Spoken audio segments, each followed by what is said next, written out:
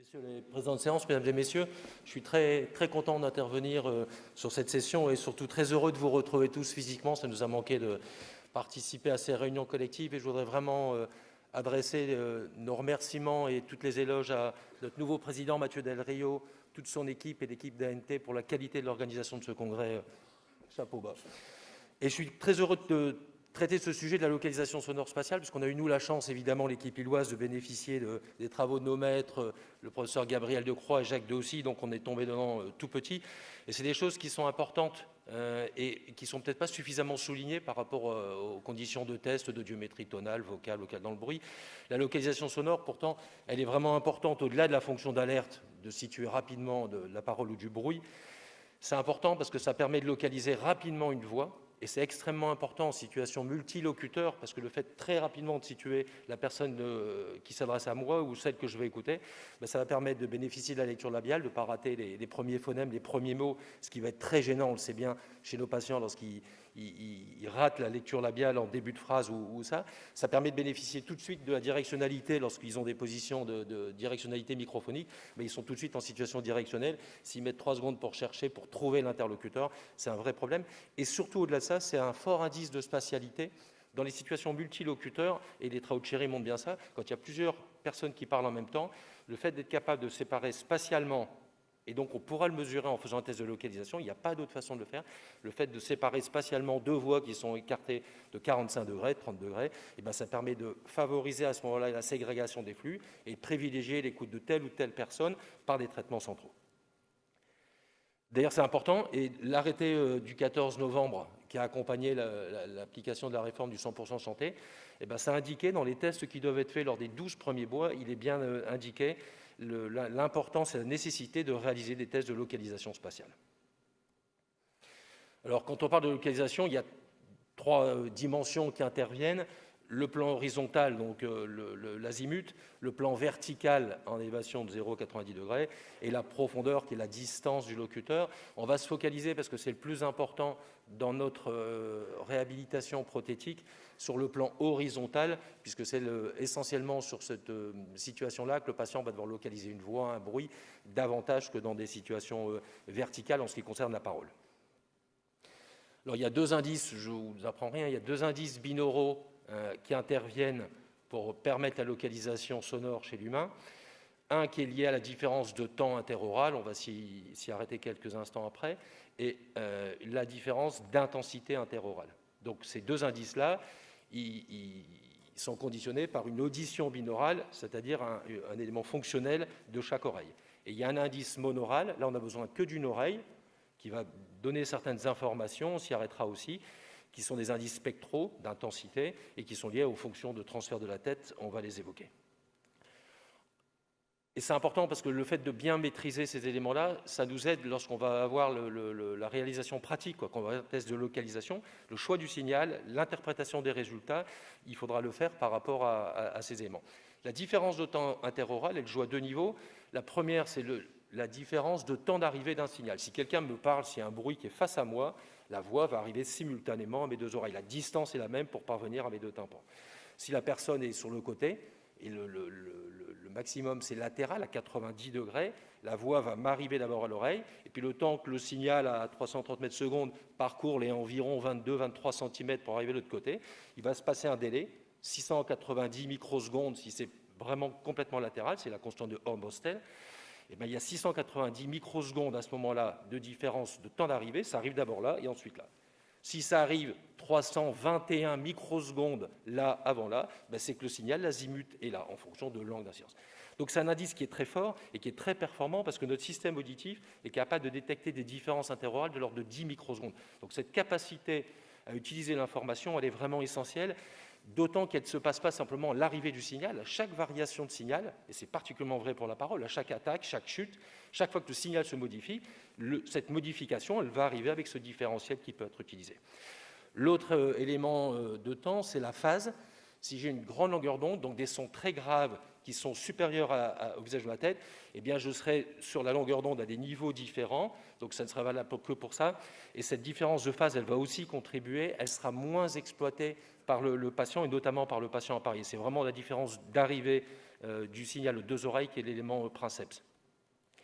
Et le deuxième, c'est la différence d'intensité interorale, qui cette fois-ci est liée à l'ombre de la tête. Si quelqu'un me parle de face, a priori, le signal, si j'ai une morphologie à peu près équilibrée, va arriver de la même manière aux deux côtés. À l'inverse, si quelqu'un me parle à 90 degrés sur le côté, il y a l'effet d'ombre de la tête qui va atténuer ce qui va arriver sur l'oreille contralatérale. Ce sera d'autant plus important que les fréquences sont élevées. Sur les fréquences graves en dessous de 1500 Hz, il n'y a quasiment pas d'atténuation. Quelqu'un me parle là, sa voix arrive de ce côté-là, elle contourne sans presque aucune atténuation sur les fréquences graves, elle va arriver. Plus la fréquence est aiguë, plus l'effet d'ombre de la tête va être important. Et c'est aussi important parce qu'il y aura jusque 10, 12, 15 décibels de différence d'intensité interorale et notre système auditif est capable de détecter, de percevoir des variations de l'ordre de 0,5 décibels. Donc différentes intensités, différences de temps d'arrivée aux signaux sont vraiment les deux éléments essentiels dans les indices. Et puis il y a ces fameux indices monoraux, c'est-à-dire que là, sur une seule oreille, il n'y a pas de fonctions binaurales qui sont impliquées.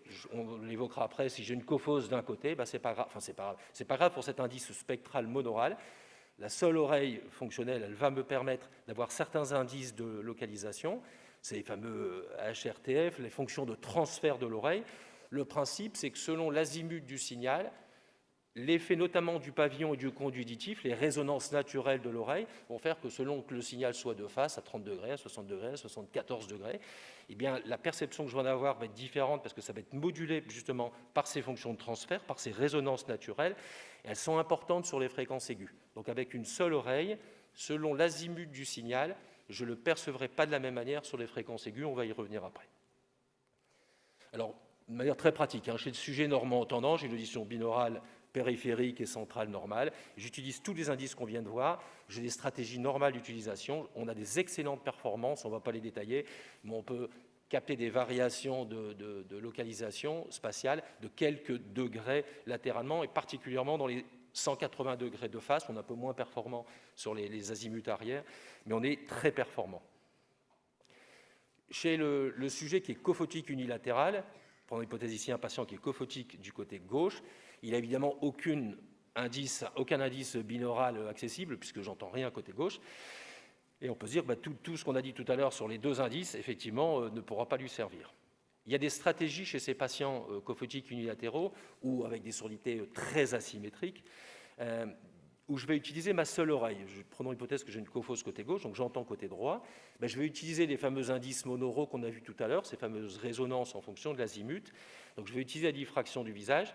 Et si on me permet de faire des mouvements de tête, je vais pouvoir avoir une certaine capacité de localisation, particulièrement si c'est un signal aigu continu. Prenons l'hypothèse que j'ai un signal ici, d'un aigu, selon que je vais tourner la tête, et prenons l'hypothèse que le signal soit là, au niveau de ma main, si je tourne la tête, donc moins fort, je l'entends plus fort quand je suis dans l'azimut en fonction de la fréquence et du positionnement de mon oreille, moins fort, toc. C'est là que c'est le plus fort. Je vais pouvoir localiser partiellement, avec certaines limites, un signal aigu continu en utilisant une seule oreille. Les performances sont très limitées, mais ça veut dire que lorsqu'on fait un test de localisation, si on permet au patient de tourner la tête, on va lui donner la possibilité d'utiliser en partie cette information-là, qui sera tributaire aussi de la position du microphone de son appareil. On y reviendra. Si j'ai une surdité symétrique, je vais utiliser les indices binauraux possibles. Si le signal est supraliminaire, j'ai une surdité petite presbyacousie telle que je l'ai représentée ici, le signal est à 65 décibels, il est supraliminaire, on dit qu'il faut une vingtaine de décibels supraliminaires pour pouvoir bien utiliser les différents indices. À ce moment-là, les patients ne vont d'ailleurs pas se plaindre dans des surdités symétriques comme ça, de difficultés de localisation. Soit ils n'entendent pas le signal, mais s'ils l'entendent, logiquement, ils vont le localiser. Normalement, on ne doit pas avoir de problème quand on a pareil un patient binaural, on va lui préserver, en théorie, cette capacité de localisation. Il faut parfois le contrôler, en particulier si le patient ou si on a une difficulté de compréhension dans le bruit, parce qu'elle peut être le signe du fait qu'on n'utilise pas certains de ces indices. Et il faut le contrôler parce que l'appareillage peut être délétère. Il y a un certain nombre de traitements de signal, ne serait-ce que la position des microphones, c'est plus mon tympan. C'est moins bien d'être évidemment dans un contour d'oreille ou un écouteur déporté, d'avoir un micro ici. On ne profite pas de l'ensemble des indices. Et il faut parfois le contrôler parce que certains traitements du signal, on l'évoquera tout à l'heure, de directionnalité microphonique, de réducteur de bruit, peuvent être délétères sur la capacité de localisation. Si, et ça c'est important et intéressant dans l'approche qu'on a, si c'est un patient qui a une surdité asymétrique, même légèrement asymétrique, puisque les différences interaurales, elles sont de l'ordre de quelques décibels. Pour la voix, on dit c'est 6, 7 décibels. Donc un patient qui a 15 dB ou 10 dB d'asymétrie, ce n'est pas une très forte asymétrie d'un point de vue tonal, mais c'est une très forte asymétrie pour les indices acoustiques. Il y a deux solutions. Soit j'ai fait une représentation aussi ici d'une petite surdité asymétrique en défaveur de son oreille gauche du patient. Et bien, si le signal que je dois localiser, la voix, le bruit, est supraliminaire sur cette oreille-là, j'ai une surdité à 50 décibels, mais le bruit fait 70 décibels, eh bien, je vais pouvoir utiliser mes deux informations. De toute façon, le temporel va rester prioritaire, il va rester bon. C'est-à-dire que même si j'ai, par exemple, cette oreille gauche qui est moins bonne, le signal vient du côté gauche ou du côté droit, je vais toujours l'entendre plus fort à droite compte tenu de mon asymétrie. Même le signal vient de la gauche, je vais l'entendre plus fort ici que là parce que je suis un peu plus sourd. Mais il va arriver toujours ici d'abord. Il va arriver avec 690 microsecondes, 300 microsecondes, 24 microsecondes selon l'azimut. Et mon cerveau est capable de traiter ça et de dire, même s'il est moins fort là que là, je sais quand même d'où il vient parce qu'il ne peut pas arriver avant là s'il ne vient pas du côté gauche comme ça. Et on est résistant à ça. C'est pour ça que les patients, même dans des asymétries, ne se plaignent pas nécessairement de ne pas localiser dans des petites pertes parce qu'il y a ces stratégies de compensation. Et le fait qu'il y ait toujours 10 ou 12 ou 15 décibels d'écart ne les perturbe pas. Ils travaillent avec ça. Et chez ces patients-là, on va avoir des difficultés justement au moment de l'appareillage auditif parce que théoriquement, on va essayer de les corriger. Et on va essayer de normaliser les niveaux de seuil, la sonie, donc on va rééquilibrer, on va mettre un gain plus fort d'un côté que de l'autre, on va perturber ce différentiel d'intensité, et c'est des patients qui peuvent être perturbés lors de la période initiale, et il faut interpréter les tests qu'on fait dans les premières semaines, les premiers mois d'appareillage de manière très prudente. C'est logique que les patients soient gênés, c'est logique qu'ils aient tendance à localiser un peu plus du côté le plus sourd. Alors en pratique, les tests qu'on va faire pour ces patients, j'ai noté 3-4 petites choses toujours très pratiques, c'est de dire, le premier élément, c'est l'importance du signal qu'on veut utiliser. Le signal qu'on veut utiliser pour tester la capacité à localiser. Si c'est un signal qui est continu, il n'y a pas d'attaque, il est stable en intensité, il est stable en fréquence. Et on prend l'hypothèse que je n'ai pas entendu quand il a démarré, donc je n'ai pas pu prendre le temps d'arrivée différentiel. Il est continu, je dois localiser, je n'ai pas d'information de temps, je n'ai qu'une information des différentes intensités. Comment je l'entends là pour localiser. Si à l'inverse, j'utilise un signal discontinu, et quelle que soit la discontinuité, un signal pulsé, un signal de parole, un signal qui a des variations d'intensité. Là, on va tester l'exploitation des variations de temps, puisqu'à chaque fois que le signal démarre, s'arrête, se modifie, il va arriver avec une différence interaurale. Donc, en utilisant un signal discontinu, je peux tester spécifiquement la variation de temps. Si c'est un signal discontinu avec des fréquences aiguës, j'aurai aussi l'intensité, j'aurai les deux indices. Si c'est un signal discontinu grave, je n'aurai que l'indice de temps, puisque le différentiel d'intensité, il n'existe pas sur les fréquences graves en dessous de 1500 Hz. Et on verra que c'est important dans le choix des signaux qu'on utilise. La deuxième chose qui est importante, c'est lorsqu'on fait un test de localisation, est-ce qu'on dit au patient de garder la tête fixe ou est-ce qu'on lui laisse la possibilité de tourner la tête? Historiquement, et l'école française de Croix-d'Aussy nous avait dit on laisse le patient tourner la tête, c'est plus naturel et c'est plus facile parce qu'on va majorer les indices et on va partiellement utiliser les indices d'une seule oreille quand l'autre n'est pas en situation de prendre des informations. Aujourd'hui, la quasi-totalité des équipes internationales recommandent, et c'est des évolutions qu'il y a eu aussi dans l'école lilloise, de garder la tête fixe, justement parce que quand on fait, nous, une approche prothétique, le but souvent, c'est de vérifier l'audition binaurale, la capacité à utiliser ces informations-là, donc des deux côtés, équilibrer les traitements, etc. Si on laisse le patient tourner, il va potentiellement, on ne le saura pas, utiliser des indices monoraux et les résultats peuvent être faussés par ça. Donc la plupart des indications aujourd'hui sont de travailler, quand on fait un test de localisation, sauf pour des choses très spécifiques qu'on n'évoque pas là, de travailler tête fixe, c'est-à-dire de ne pas laisser le patient, il doit être tête, vous regardez toujours le haut-parleur de face et vous nous dites si c'est le 3, le 5, le 7, etc. On ne laisse pas le patient tourner la tête pendant la mesure. Il y a une importance du nombre de haut-parleurs qui sont utilisés. Alors, il n'y a pas de consensus exact en disant il faut plutôt un minimum. Il y a des consensus sur des minimums, mais dans l'absolu, plus il y en a, plus on va être précis pour pouvoir faire une mesure précise. Il y a une publication un peu de référence de Hartmann qui dit qu'il faut au moins 6 haut-parleurs pour avoir des résultats qui soient fiables quand on fait un test en azimut. Et les travaux de l'IGLS de Croix-d'Aussy avaient dit, et c'était plus clinique comme approche, il y a déjà 60 ans, c'était de dire il faut idéalement qu'il soit espacé au maximum de 30 degrés. Il ne faut pas que les haut-parleurs sur lesquels vous avez testé la localisation soient plus écartés que 30 degrés. C'est très écologique, c'est très clinique, c'est parce que quand vous êtes dans une situation multilocuteur, vous êtes dans une table, dans un restaurant, vous êtes assis en groupe, et bien les distances minimum qui peuvent exister de séparation entre deux voix, c'est 30 degrés. Vous ne pouvez pas parler à 3 degrés, il faudrait que les deux bouches des deux locuteurs soient l'une sur l'autre. Donc l'espace minimum, c'est d'une trentaine de degrés, ce qui justifie, quand on fait un test, de contrôler avec cet intervalle-là. Et c'est d'ailleurs comme ça que l'IGLS, l'indice de gêne de localisation sonore spatiale, qui a été décrit dans les épreuves de stéréogéométrie, qui font un peu référence en France par Decroix aussi, utilise 7 haut-parleurs qui sont disposés, je vous les repris ici, voilà, qui sont disposés sur un axe de 180 degrés, donc un haut-parleur tous les 30 degrés. Vous voyez, ça c'est la représentation qui n'a pas changé depuis la démonstration de leurs travaux, et ça c'est en pratique. Dans une cabine insonore lilloise, les 7 haut-parleurs, le 1 est à gauche, le 2, le 3, le 4 est frontal et tous les 30 degrés. Donc les deux extrêmes, le 1 et le 7, étant à 90 degrés latéral. La mesure donc, de l'indice de gêne de localisation, le principe c'est assez simple, c'est un test qu'on fait en clinique courante depuis très longtemps, c'est qu'on envoie un signal dans chaque haut-parleur dans un ordre aléatoire, le 2, le 6, le 3, le 7, le 1, le 4, et on demande au patient de signaler où est-ce qu'il l'entend, et on va noter sur un localigramme, et c'est pareil, le localigramme français était différent des écritures internationales, et aujourd'hui, le graphe que j'ai mis là, qui est la nouvelle version pour l'IGLS, est celui qui est utilisé à l'international. Le principe, le patient, j'envoie le haut-parleur numéro 5, il me dit donc il ne bouge pas, il a la tête fixe, j'ai envoyé un signal, il me dit c'est le 5, je note au 5.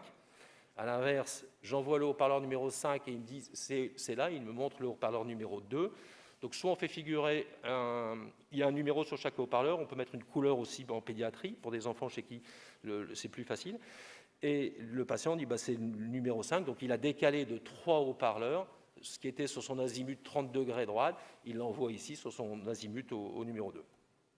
Et donc, c'est assez simple, si j'ai un IGLS qui est parfait, tous mes haut-parleurs sont au bon emplacement, j'ai cette diagonale-là, et inversement, je prends l'exemple d'un IGLS décalé, le patient a décalé pas mal de haut-parleurs vers la gauche, le 1 il l'a bien envoyé au 1, le 2 il l'a envoyé au 2, le 3 il l'a envoyé au 2, donc 1 vers la gauche, le 4 au 2 aussi, le 5, etc. Le numéro 6 il l'a envoyé au numéro 2, donc il y a 4 haut-parleurs de décalage, et le score IGLS, c'est un score simplement qui est la somme des haut-parleurs décalés. Plus il est important, plus le patient a décalé, et c'est souvent des graphes comme ça, là c'est typique de quelqu'un qui a une difficulté à localiser, qui décale tous les haut-parleurs légèrement vers la gauche. Alors il y a un travail considérable qui a été fait il y a 3-4 ans et qui a porté sur le choix des signaux, et en pratique, chez un patient dans une réhabilitation prothétique, un appareillage auditif, d'une surdité bilatérale, d'une cophose unilatérale par un système cross, d'une implantation monorale, binaurale ou bimodale avec un appareillage et un implant, et qui a été conduit par le docteur Michael Rizou. Et le travail il a consisté à dire par rapport à ce qui était recommandé. À l'origine, de Croix-Dossy recommandait de faire un test à 2000 Hz, et historiquement, c'est parce que dans les années 60, l'équilibrage des prothèses auditives, on avait des appareils analogiques avec un tournevis et un facteur, on n'avait pas les aides auditives qu'on a aujourd'hui, ils se focalisaient sur les fréquences 2000 Hz pour essayer d'équilibrer à 2000 Hz, ils disaient on teste avec un narrowband 2000 Hz, il n'y avait pas de recommandation d'utiliser d'autres tests. Aujourd'hui, compte tenu de tout ce qu'on a vu et puis surtout des évolutions technologiques, des réglages qu'on a, il y a plutôt un intérêt à utiliser différents tests. Et le consensus qui est sorti dans ce groupe de travail, c'était de dire, et ça prend 3 minutes pour faire un test de localisation avec ces 3 signaux. 7 haut-parleurs, c'est moins d'1 minute pour faire un test dans une condition, et de dire, la première condition, on utilise, et ce qu'on fait nous, c'est ce qu'on fait toujours maintenant, pour le test numéro 1, on fait un narrowband de 150 Hz pulsé. C'est facile, c'est sur tous nos audiomètres. L'intérêt, c'est que comme il est pulsé, on va mesurer le différentiel de temps. Le patient n'a pas de différence d'intensité quand on va faire le 250 Hz pulsé, puisqu'il n'y a pas de différence d'intensité sur les fréquences graves et pas du tout à 250. Donc là, on va mesurer sa capacité à localiser par l'indice temporel. Le deuxième test qu'on fait, on fait un narrowband 4000 Hz continu. Il faut juste que le patient ne l'entende pas quand on envoie le signal, parce que c'est souvent d'ailleurs quand on fait un test de localisation, au moment où on envoie, tout de suite, ils prennent la différence de temps quand ça arrive. Donc il y a différentes techniques qui sont faites, celle qui est le plus utilisée, on envoie le signal sur 2-3 haut-parleurs en même temps, et on retire un ou deux haut-parleurs pour ne plus laisser que le numéro 6. Moi, souvent, je parle aux patients comme ça, je dis, ça va, on fait le suivant, je parle en même temps, donc il est distrait, j'envoie, je supprime, j'arrête de parler, là, il y a un seul haut-parleur, il a tête fixe, il n'a plus la différence de temps, le signal est continu, donc il n'y a plus d'information temporelle, et là, c'est juste le différentiel d'intensité. Et en complément de ça, et je pense que pour nous, les audioprothésistes, c'est particulièrement important, c'est de faire un test avec un signal vocal qui va normalement être plus facile. Le test vocal chez des gens normaux-entendants ou malentendants, il est toujours plus facile parce qu'il y a des différences de fréquence et des différences de temps. Quand vous faites tableau, tableau, tableau, et vous localisez, les gens vont beaucoup plus vite que sur les narrobandes parce qu'il y a les deux informations temporelles et fréquentielles qui s'ajoutent. La difficulté, c'est que s'il est mauvais, on ne sait pas si c'est le temporel ou l'intensité. L'intérêt de faire les trois, c'est qu'à ce moment-là, on va avoir une analyse justement différentielle pour comprendre le problème. Et c'est très facile. Là, en signal vocal, on peut faire un mot, une phrase, un mot dissyllabique, peu importe. Ce qu'il faut, c'est que ce soit toujours le même mot qu'on envoie bonjour, bonjour, bonjour. Et on le fait sur les 7 haut-parleurs pour faire cette mesure-là. Et donc, on aura 3 valeurs d'IGLS. L'IGLS en pulsé, l'IGLS en continu aigu, l'IGLS sur un signal de parole. Et donc, dans l'application prothétique, c'est extrêmement intéressant parce qu'il suffit, et ça prend 3 minutes pour faire un test de localisation quand on a l'habitude. C'est ludique pour les patients, ça ne demande pas d'effort particulier parce qu'en général, c'est on-off. Soit ils sont assez bons, toc, ils situent très vite, soit ils sont en difficulté, ils vont se tromper. Voilà, vous verrez rapidement qu'il y a des problèmes. Et le fait d'avoir ces 3 tests-là, ça va nous donner une indication de problème spécifique et de dire si c'est du temporel, pourquoi. Si c'est de l'information fréquentielle d'intensité, pourquoi? Logiquement, le temporel, il doit être très vite très bon quand on appareille quelqu'un, même dans des asymétries. L'information sur le 4000 Hz continu, ce qu'on disait tout à l'heure, les gens qui étaient en asymétrie, ils ont eu l'habitude d'avoir cette asymétrie comme référence, on les rééquilibre, ils entendent plus fort qu'avant par rapport à leur référence du côté qui était le plus sourd, parce que l'appareil amplifie plus de ce côté-là, ils ont tendance à décaler un petit peu, mais uniquement ce test-là. Logiquement, le 1 ne doit pas être impacté, le temporel, il est resté temporel. Et le test 3, le signal vocal, il est très intéressant parce qu'on a dans les traitements de prothèses auditives, nos directivités de micro, systèmes d'écrêteurs, des systèmes de réducteurs de bruit, certains traitements qui peuvent être favorables, mais certains qui peuvent être défavorables et délétères. Et on a un score qui peut être à peu près correct sur certains éléments ici-là et qui vont paradoxalement être moins bons sur le signal vocal. Et donc, s'il y a une difficulté avec appareillage, là, c'est vraiment très intéressant, et c'est très pratique et c'est très rapide, c'est ça qui est bien. C'est qu'on peut faire, moi ce que je vous recommande tous, c'est ce que je fais toujours, si j'ai un patient qui ne localise pas bien, notamment en signal vocal, je fais retirer ses appareils auditifs, je mets plus fort, parce que comme il est un peu malentendant, donc en fonction de son degré de surdité, je lui envoie le même signal en supraliminaire, bonjour, bonjour. Et là, s'il est capable de localiser sans appareil, quand je le mets un peu plus fort, et que quand je lui mets ses appareils, il ne sait plus localiser au niveau normal, c'est que mon appareillage, il est délétère. Mon appareil, il dégrade la capacité qu'il a, et c'est probablement très préjudiciable dans sa vie quotidienne.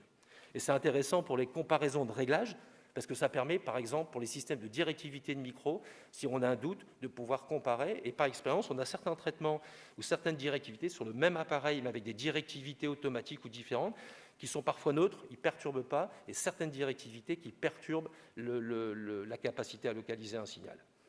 Et le dernier point, c'est que c'est intéressant de le faire dans le bruit, c'est très simple, ça a été recommandé par De Croix aussi il y a 60 ans, c'est de dire, vous le faites sur un IGLS, on envoie par exemple un speech noise, un bruit vocal, sur l'ensemble des haut-parleurs, et on va faire le même test en disant, avec un signal vocal, c'est idéal parce qu'on va justement tester ça pour voir la capacité à localiser de la voix dans le bruit. Et on va demander à ce moment-là au patient de situer, envoyer tout en laissant le bruit diffus sur tous les haut-parleurs.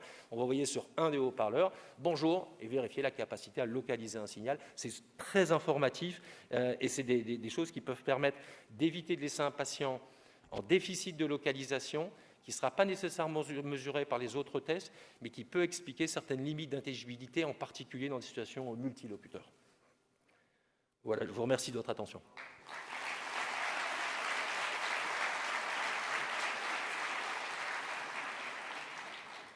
Merci beaucoup, Christian, pour ta communication. Ça a suscité énormément de questions dans la salle, donc on est désolé, on ne pourra pas passer toutes les questions en revue.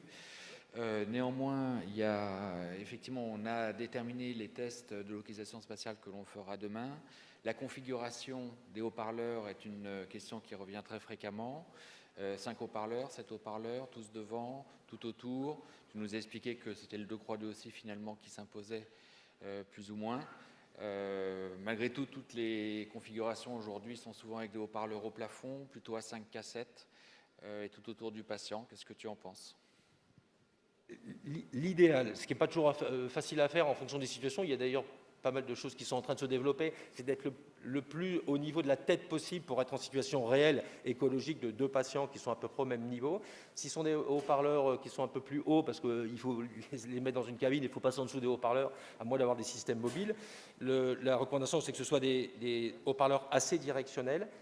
Il est recommandé plutôt de tester, sauf pour des aspects de recherche ou de clinique ou autre, mais en clinique courante avec des patients. Le problème, c'est qu'un patient il doit localiser rapidement une voix au milieu, dans une situation multilocuteur. Il est recommandé de travailler dans les 180 degrés de face, idéalement pas plus de 30 degrés d'écart, c'est trop facile et ce n'est pas informatif, et surtout de bannir tous les systèmes. Et il y en a qui existent, qui vont faire des pseudo-haut-parleurs, c'est-à-dire vous avez des systèmes avec les 5 points, et ça s'est beaucoup développé logiquement, parce qu'il y a des systèmes 5 points avec un haut-parleur facial, 2 haut-parleurs à 60 degrés latéraux, 2 haut-parleurs arrière. C'est beaucoup utilisé, c'est ce qu'on fait pour le VRB, par exemple, on a cette installation pour le VRB, et en utilisant les 2 haut-parleurs latéraux droits, selon l'intensité qu'on va mettre au haut-parleur avant et celui arrière, on peut reproduire le différentiel, c'est vrai, d'intensité, pour dire c'est comme s'il était central. Il y a des pseudo-haut-parleurs. C'est vrai pour le différentiel d'intensité en jouant sur les 2 intensités des haut-parleurs, mais le temporel n'est pas du tout préservé. Si j'envoie les 2 signaux, et c'est simplement le différentiel d'intensité qui, lui, va effectivement reproduire ou simuler